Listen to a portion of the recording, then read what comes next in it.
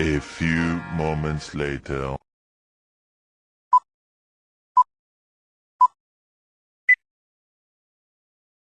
Assalamualaikum warahmatullahi wabarakatuh. Perkenalkan, nama saya Rahani. Saya dari Prodi Ilmu Pemerintahan. Di sini saya akan menjelaskan tentang sosialisasi. Pertama-tama saya akan menjelaskan tentang pengertian sosialisasi. Sosialisasi merupakan proses umur hidup yang berkenan dengan cara individu mempelajari hidup, norma, nilai sosial yang terdapat dalam kelompok agar berkembang menjadi pribadi yang dapat diterima oleh kelompoknya. Proses belajar seorang anak untuk menjadi anggota yang berpartisipasi dalam masyarakat yang dipelajari dalam proses sosialisasi adalah peran, nilai, dan norma sosial. Teori yang akan membahas tentang sosialisasi pada umumnya adalah teori tentang peran. Salah satunya adalah teori George Herbert Mead.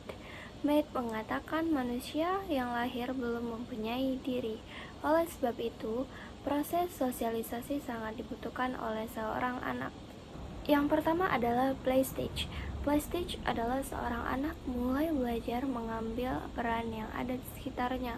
Contohnya, dia akan meniru apa yang dilakukan oleh ayah, ibu, kakak, atau apa yang ada di sekitarnya.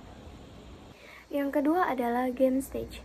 Seorang anak telah mengetahui peran apa yang harus dijalankannya, tetapi telah mengetahui pula peran apa yang harus dijalankan orang lain. Misalnya, seorang anak bermain sepak bola. Anak tersebut mengetahui peran apa yang harus dijalankannya, peran rekan satu timnya, bahkan peran dari tim dari lawannya. Yang ketiga adalah generalized other.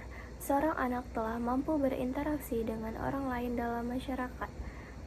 Seorang anak telah memahami peran sendiri dan telah memahami peran orang lain dengan siapa ia berinteraksi.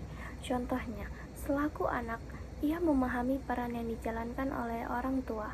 Yang kedua, selaku siswa, ia telah memahami peran dari seorang guru. Selanjutnya, seorang ahli sosiologi, Charles H. Choate, berpendapat seorang berkembang melalui interaksinya dengan orang lain. Dirinya yang berkembang melalui interaksi dengan orang lain dinamakan looking glass self. Choate berpendapat bahwa proses looking glass self ada 3 tahap. Yang pertama, seorang memiliki persepsi terhadap dirinya. Yang kedua, seorang memiliki penilaian terhadap penilaian yang diberikan oleh orang lain padanya. Yang ketiga, seorang memiliki perasaan terhadap apa yang dirasakannya sebagai penilaian orang lain terhadapnya. Padahal, untuk menjadi individu yang lebih baik, ketika proses looking glass self terjadi seharusnya menjadi proses pembelajaran bahwasannya setiap apa yang dilakukan oleh seorang individu maka akan menimbulkan reaksi dari orang lain.